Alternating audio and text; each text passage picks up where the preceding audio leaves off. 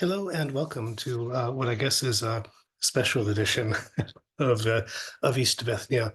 Yesterday, I put up a post. It was a text post talking about what Project 2025 proposes as a direction for American foreign policy, and its ideas that I suppose you would probably expect, given the source and given who it was designed for. Basically, they want to take public agencies and replace the experts and independent analysts and professional career civil servants with political appointees who would be under party control. So turn state institutions into ideological institutions more directly. And they want to take the agenda that's promoted by the evangelical far right, the social agenda against gender equality and so on, and make that a central part of foreign policy, especially integrating it into foreign aid. Now, in order to prepare that, and that's in the previous post, I'll put a link to it at the bottom here. I looked basically at four main chapters of the Project 2025 text, and those are the chapters on. It's organized according to what agency the chapter is being written for in the future. So I looked at State Department, I looked at intelligence community, I looked at international media programs, and I looked at U.S. Agency for International Development. And each of those has a principal author. They all acknowledge help that they got from other people. In some cases, they name them. In some cases, they do not, but they're signed by these individual authors. And I want to tell you who those authors all are. They are all people who, in one way or another, are politically connected. They held political positions during the Trump administration, in most cases only for a brief time and only during the Trump administration. That is not before and not afterward. So let's take a look at who these people are. There are some about whom I found some interesting things. There are some about whom I found not very much. So first of all, the principal part of the text on the Department of State. The State Department chapter is written by Kiron Skinner. And who is Kiron Skinner? This is a person, she is an academic. She is a professor of international relations, international policy, and has been before at Carnegie Mellon University, is now at Pepperdine University. So a professor, but it's interesting that this person would be a professor of international policy because the things that qualify her in that field are not necessarily her academic contributions. Her principal publications are contributions to the biography of Ronald Reagan and to a lesser extent George Bush. Not really a lot on international relations or international studies. What she has done is serve in some positions to which she was appointed by Republican politicians. Most importantly, for a brief time, less than a year, 2018 to 2019, she was head of the Office of Policy Planning in the Department of State. Now, the Office of Policy Planning is an office that's fascinating to academics who look at policy, because this is a group of people in the State Department who think about things like what direction is history going, what to expect for the future. I mean, to a lot of people, if they're willing to work for government, it sounds sort of like a dream job. You'd think it was fascinating until you find out that Fukuyama worked there, because government seeks a level that's not the same as scholarship. In any case, she left the State Department after a very short time. There were some accusations against her, but I cannot say, I don't have the evidence to say whether the accusations are true or not. I'll put a link to an article that mentions them below this video, so you'll be able to check it out for yourself. And she returned to academia in a position at Carnegie Mellon University in Pittsburgh. And a couple of things about Carnegie Mellon University. First, she was in their Center for International Studies, but interestingly, their Center of International Studies was overseen by the computer science program. So this seems sort of unusual, but I'd say putting a program in a place where it is far from the experts in the field is something that's done occasionally in academics. It's a way of avoiding oversight. While she was head of the program at Carnegie Mellon University, she controversially created a job to give to one of her former associates from the Trump administration, to Richard Grinnell. who was Trump's ambassador to Germany until Germany asked him to leave, and was the envoy of the United States for negotiations between Kosovo and Serbia, a job that he performed, let's say it gently, controversially, was briefly acting director of the Central Intelligence Agency, but was unable to be confirmed by the Senate. So she created for him a job for which he was unqualified. She called him a research fellow. There had never before been a research fellow at that university. It was controversial at the university. Many of the academic staff of the university signed letters against it. His job expired in a year, and she lasted at that job after appointing Grinnell less than a year. And the way that she left, let's say, it doesn't appear to have been planned. It seems to have been kind of sudden. So, for example, there was not a job announcement in order to search for her replacement. To replace her when she left, she was replaced by a former senior administrator who came out of retirement to take the job.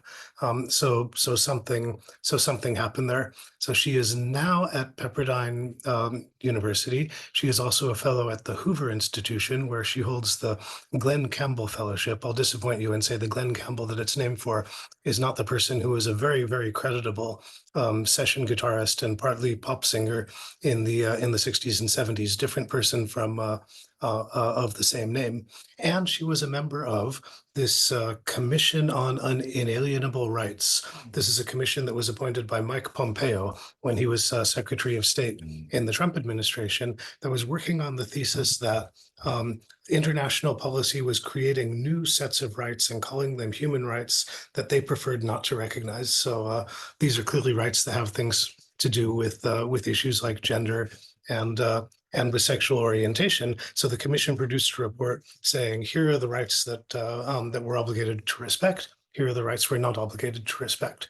So on balance, Kiron Skinner, author of the State Department chapter, is a politically connected academic.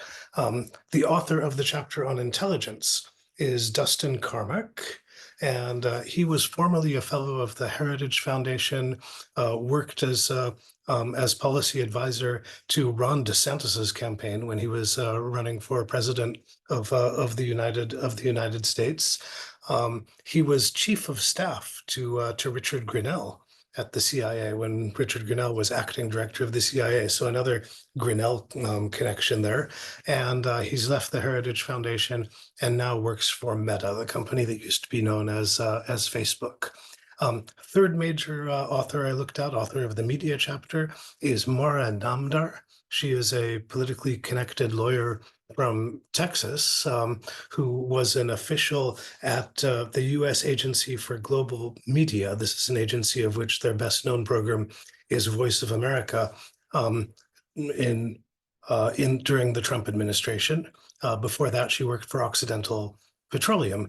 She was accused and left the Agency for International Media of heavy-handed management of journalists, trying to intimidate people to limit their autonomy, and also of withholding money allocated by Congress for some broadcasting programs, including broadcasting programs to Cuba. But this is a person, as far as I know, has not held any other office. Basically a politically connected lawyer. Now, probably the most interesting of the personalities that we looked at is the author of the chapter on the Agency for International Development, which is theoretically the most detailed chapter that I looked at. And that is a fellow at the Heritage Foundation named Max Primorac. And of course, I looked at that and I saw the name. I said, Primorac, yeah, this sounds like a name from our region. And indeed it is.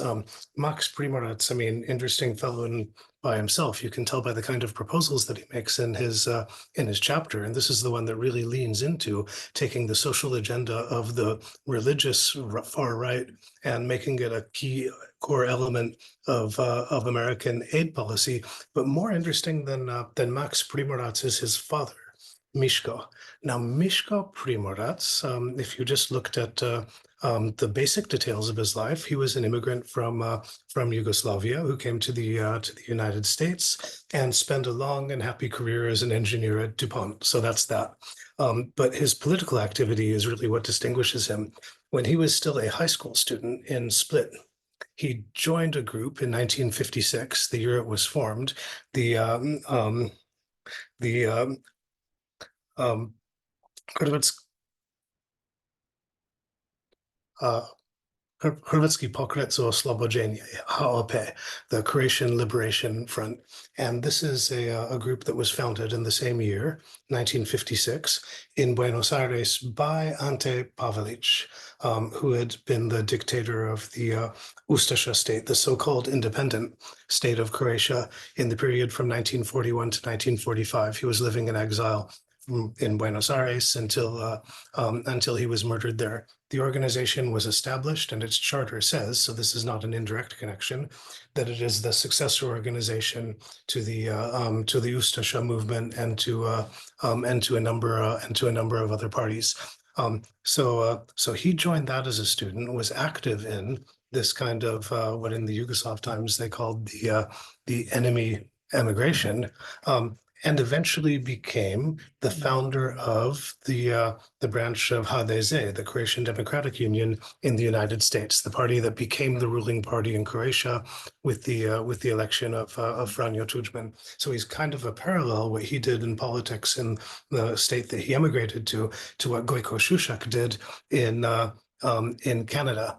But there's something also really interesting about Miško Primorac's political engagement, because one of the controversial things that Franjo Tuđman promoted when he was president of Croatia is he promoted this idea that people who fought on the side of the partisans who eventually won and established the government after World War II, and people who fought on the side of collaborators were both equally victims of the war and should be commemorated together as victims of not a particular political side, but of the nation. And this is an idea that a lot of people will recognize as deriving from the way that Francisco Franco in Spain tried to promote the treatment of victims of the Civil War in Spain. So a lot of people trace this idea to Francisco Franco, of course, but probably the first person to promote an idea like this was one of Ante Pavelić's deputies from the time of the Ustasha regime, a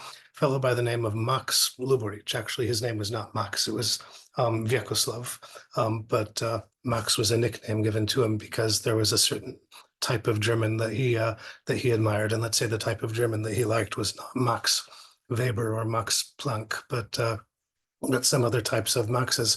So Luborić promoted this idea. He was trying to promote in the 60s and the period before he himself was murdered in Spain in 1969, some kind of reconciliation on a national basis between communists and fascists. And as you can imagine, it's an idea that didn't get very far.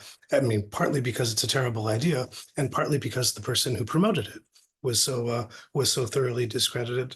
But the thing that Miško Primorac is remembered for is as being the person representing the emigration in HDZ, who came and promoted that idea in Croatia of remembering people together. And in that, he managed to find some alliances within the church and promoted that. Okay, so I think we've made the point that Max Primorac's father is more interesting than Max Primorac.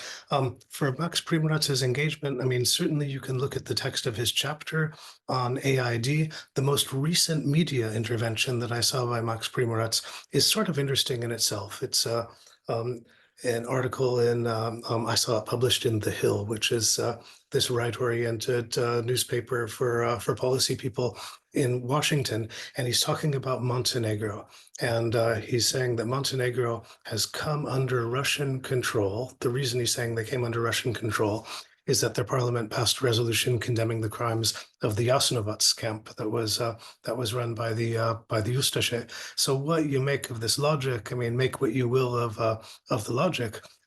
What struck me as the most interesting thing in the article is that he said that the crimes of Jasenovac were committed by Germany, which I think if we know historical facts, we know that they were not.